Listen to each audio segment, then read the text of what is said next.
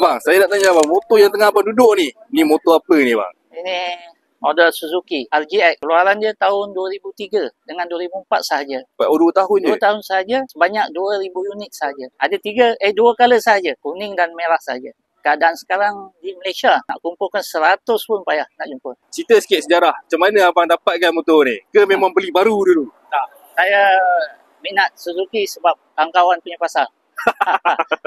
Dia orang dulu main auto show kan. Saya pun terjebak 4 tahun yang lepas lah kan. Saya kumpul Suzuki, motor-motor Suzuki.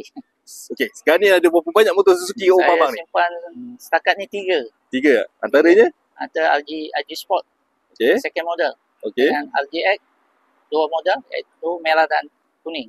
Oh, dua-dua ada? Dua ada simpan. Okey, cerita sikit yang motor kuning ni, macam mana abang dapat dia?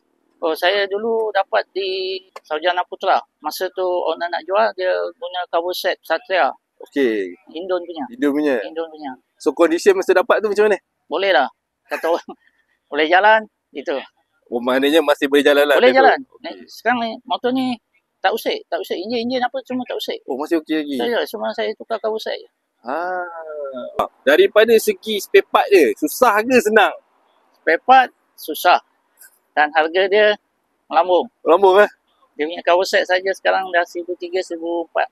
Sampai mana dah abang bawa motor ni? Kalau belah utara, Gopeng. Okey.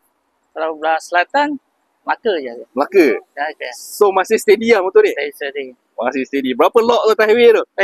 Saya bawa slow lah. 100 saja. Paling tinggi. Andai kata, kalau ada orang nak beli motor ni, berapa harga abang berani buka? Sekarang kalau condition macam ni, dalam 13,000. 13,000? 13,000. Maknanya kalau ada orang offer 13,000 tu, boleh let go ke atau fikir-fikir lagi? Fikir lagi.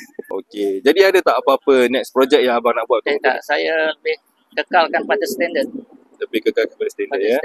Last, abang, kalau saya nak dengar bunyi dia boleh bang? Boleh. Boleh ya?